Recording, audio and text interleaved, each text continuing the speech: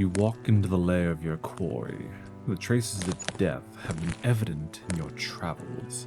The land itself has been twisted by their presence, the wildlife behaving erratically, the ground itself feeling different. The air you breathe has a texture that you are unfamiliar with.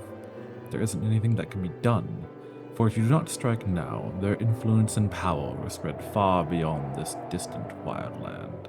It will spread to the farms, then the villages, and all the way to your homes. What hero would you be if you turned back now? As you cross the threshold, several questions flood your mind. What is to become of your legacy? Are you prepared for this confrontation? Is this truly the right and true way for you to ensure peace? It's not too late. You could go home. Grab your family, gather your valuables, and let it go and run. Surely there is at least somewhere in the world that you can hide. At least until someone more qualified rises up to slay the threat.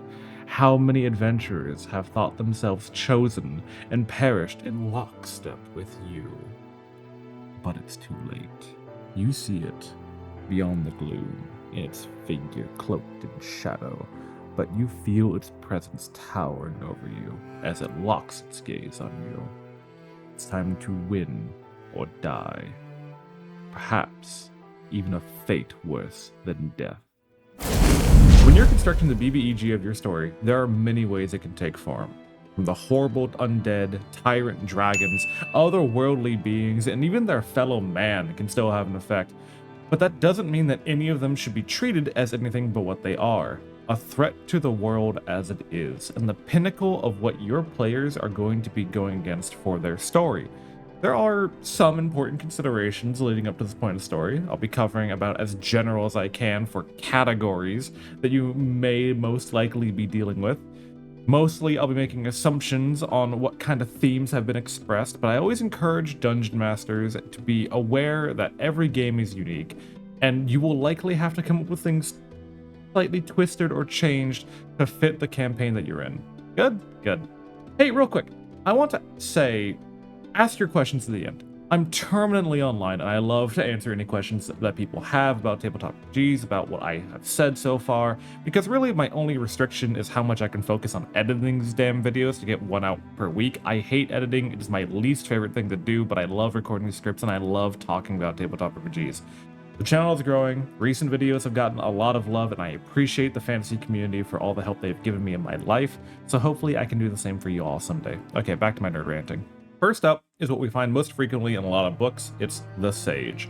The Sage character is viewed in many different ways, often a wizard, or a cleric, or a cultist, or some other inexorable caster type that wields immense magical power. The final confrontation often involves questions about what is to be of the future. The Sage often puts forward the arguments of removing the corruptions of men, that higher powers are better entrusted with our future, or that they themselves are the ones to guide us to enlightenment.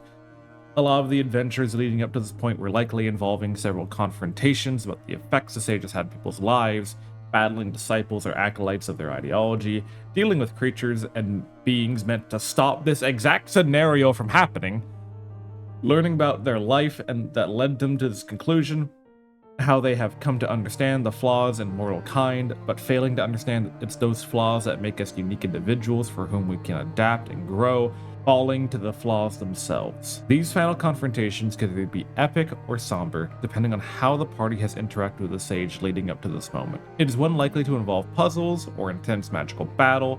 There will likely be an intervention by extraplanar entities such as fiends, celestials, or even elementals in the Fae.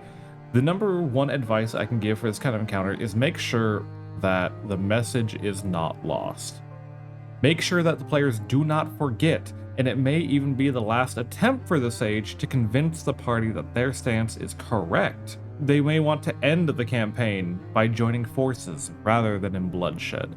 The party has likely heard the message of the Sage plenty of times through their lessers, but never directly from the Sage themselves. So who knows, maybe it just takes one conversation with someone with a little more conviction to sway the party to their side.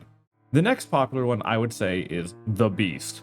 The Beast is often a force of nature, less one that has a specific agenda most of the time, but one that is acting on its nature or desires. This does include intelligent monsters as well, as most have a compelled way of thinking by their very nature. The beast is likely a dragon, an elemental, a fiend, some sort of powerful undead, or in some campaigns, the land itself. When you are confronting a beast, the story is most based around fighting monsters that lend itself a shared identity to the beast, and the effects that has on the surrounding regions. This gets the players ready and hones their skills so that they may have a game plan of to what to expect. A lot of the rewards or lessons learned are what we may expect them to need to have to know when it comes to fighting the beast.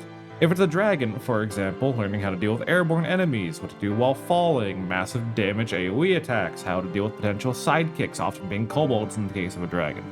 There oftentimes is not an overall message that's trying to be sent, and these stories will often be more based on the traditional RPG ideas of monster slaying. You may have to deal with scummy people, and the people may be monsters themselves, but for the most part, the big thing that you are dealing with is combat-heavy games that have survival mechanics such as hunting or wilderness traversal. When you are preparing for the final encounter of the beast, it should be noted that this is often the players getting ready to do or die against one final conflict against a force of nature. They are the small ones.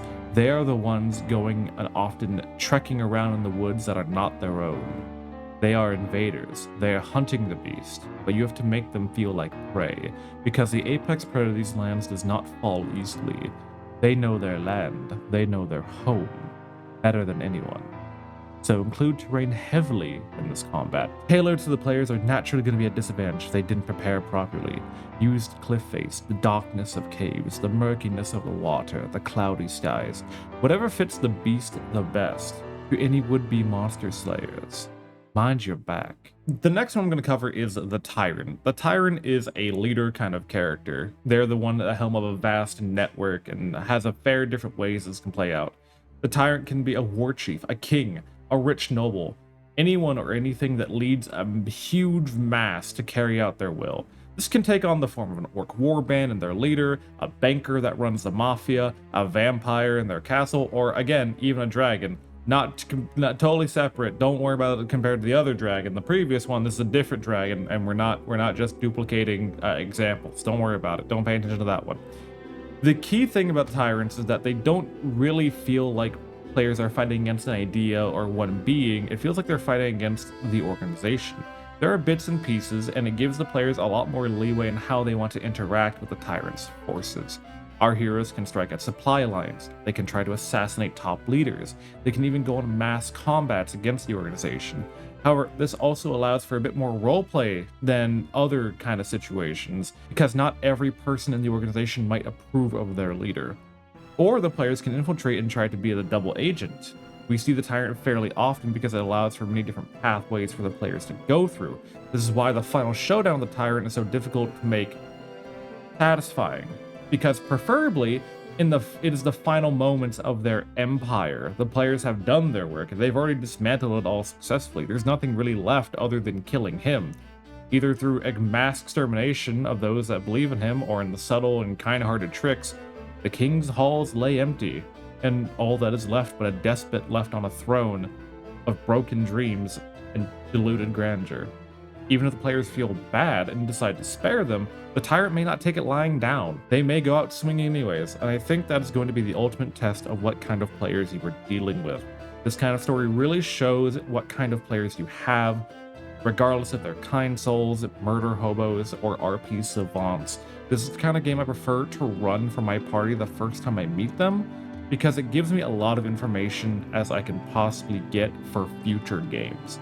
Obviously, I'm not going to try to cram all the different types of BBEGs you can have in a tabletop RPG within like sub-ish 10 minutes of a video.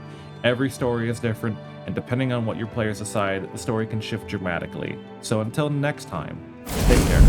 Quick PSA, I am actually looking for tabletop RPG products that I want to talk about. I do streaming over on twitch.tv/magical_bard, and I occasionally want to start like incorporating working on like bringing up projects that people are doing. So if you're working on something, or if you have something you want to share, you can either comment down below, or if you are the manager of a project, you can go ahead and email me on my business email, which should be available on my YouTube's About Me or in my Twitch's About Me. Thank you very much. Have a nice day.